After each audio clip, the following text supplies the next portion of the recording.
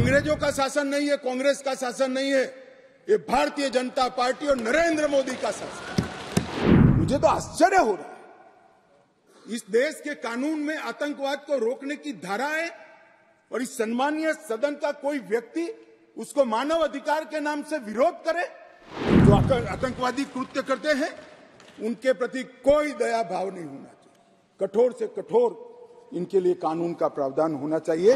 हम आतंकवाद के खिलाफ जीरो टॉलरेंस की नीति रखेंगे और आतंकवाद की व्याख्या ही नहीं थी। कुछ सांसदों ने, मैं बाद में जवाब देता हूं, कहा है कि यूएपीए में है, मगर जहां उनके प्रभाव वाली सरकारें थी वहां यूएपीए को लगाते नहीं थे। आतंकवादी कृत्य कर सादे गुना की सजा में निकल जाते थे।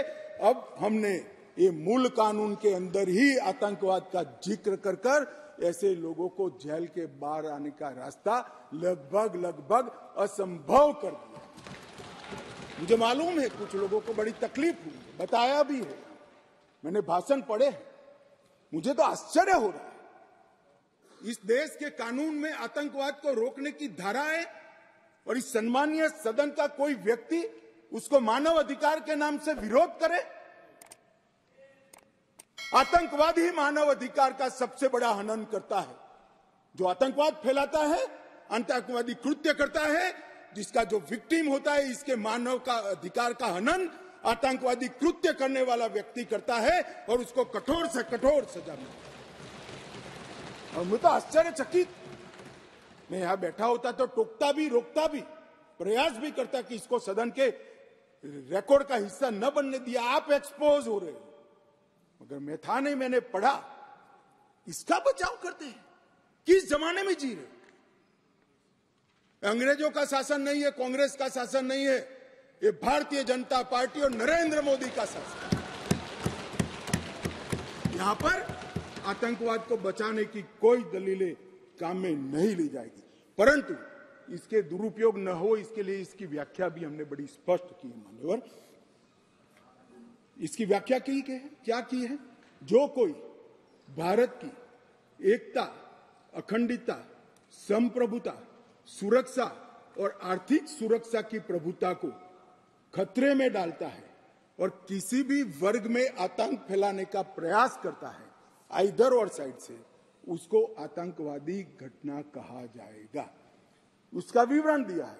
डायनामाइट, विस्फोटक पदार्थ, जहरीले गैस, न्यूक्लियर का उपयोग, ऐसी घटनाओं में जब कोई भी मृत्यु होती है तो ये घटना करने वाला आतंकवादी कृत्य में लिप्त माना जाएगा। अब इसमें कहां दुरुपयोग की गुंजाइश है?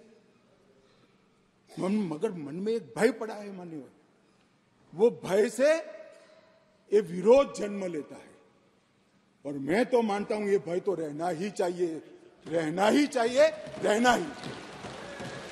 जो आतंकवादी कृत्य करते हैं उनके प्रति कोई दया भाव नहीं होना चाहिए। कठोर से कठोर इनके लिए कानून का प्रावधान होना चाहिए और ये नरेंद्र मोदी सरकार का उचित ही निर्णय है कि आतंकवाद के लिए ये कानून में हमने जगह दी है।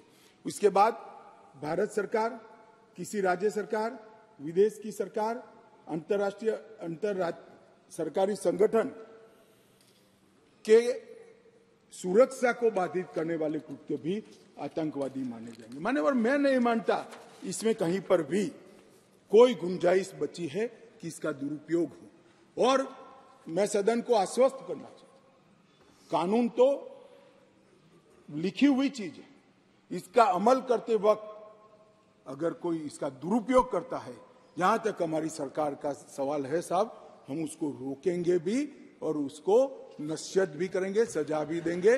और सबसे ऊपर कोर्ट है। अगर किसके ग्रीवेंसेस है तो ये आतंकवाद को रोकने का प्रोविजन भी कोर्ट के ऊपर तो नहीं है।